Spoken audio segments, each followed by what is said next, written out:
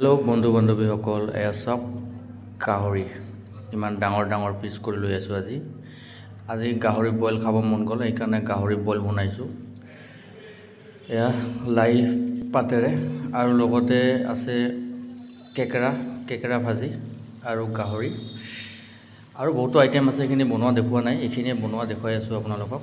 এয়া চাওক গাহৰি হৈ আছে, ধুনীয়া হৈছে গাহৰিটো। এয়া মই ল'লোঁ গাহৰি, ডাঙৰ কৰি পিচ কৰিছোঁ আৰু লগতে আছে বেচৰৰ চাটনি, তাৰপিছত বেঙেনা মাছৰ তেল দি, আৰু লগতে আছে আমাৰ এই মূলাৰ চচতি। এয়া খাই আছোঁ।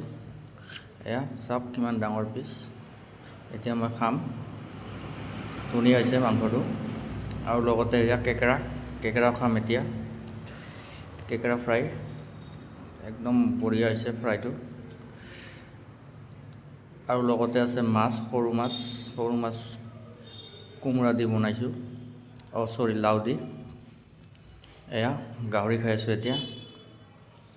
ধুনীয়া হৈছে। যে আজিলৈ এইখিনিয়ে, আৰু নেক্সট এটা ভিডিঅ'ত আকৌ লগ পাম। Bye bye.